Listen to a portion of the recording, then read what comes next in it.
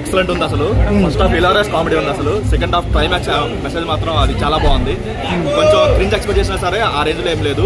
Families బాగా connect అవుతారు, బాగా ఎంజాయ్ చేస్తారు. మెయిన్ గా చెప్పుకోవాల్సింది బీన్స్ గారి మ్యూజిక్ అసలు. గోదావరి గట్టారి సాంగ్ అయినా, మీను సాంగ్ అయినా ఫస్ట్ హాఫ్ లో ఎక్సలెంట్ గా ఉంది అసలు.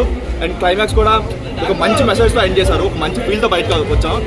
అండ్ ఇంకొకటి వెంకటేష్ గారి యాక్టింగ్ అయినా సరే, లేదంటే హీరోయిన్స్ గారి గ్లామర్ అయినా సరే ఎక్సలెంట్ ఉంది. ఎక్కడ ఒక వల్గారిటీ కానీ అలా ఏం లేకుండా మంచి ఫ్యామిలీతో ఒక 2.5 hours మంచిగా కూర్చొని ఎంజాయ్ చేసే సినిమా వచ్చి చాలా కాలం అయింది.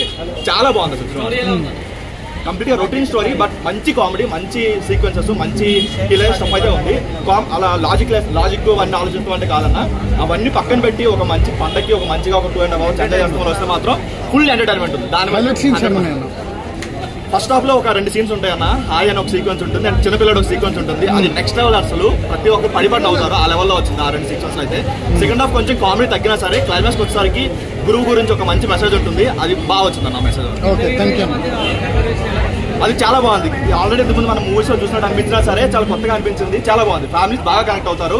సో నెక్స్ట్ లెవెల్లో ఉంది దాని వరకు. కామెడీ సీన్ ఫస్ట్ హాఫ్ వరకు చాలా బాగుంది. సెకండ్ హాఫ్ కొంచెం తగ్గినా సరే ఫస్ట్ హాఫ్. మూవీ ఎలా ఉందండి? సూపర్, చాలా కామెడీగా ఉంది. ఓకే.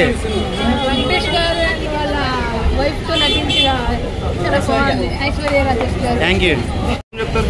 సంక్రాంతి విన్నర్ పక్కాగా వెంకటేష్ గారేనా? ఏం నచ్చింది మేడం మూవీలోని? కామెడీ చాలా బాగుంది. ఓకే. చాలా బాగుంది. అందరూ చక్కగా ఒక 3 hours చక్కగా థియేటర్ లో కూర్చొని చక్కగా చూసారు. ఫాదర్ సన్ మధ్య రిలేషన్ ఎలా అనిపించిందండి?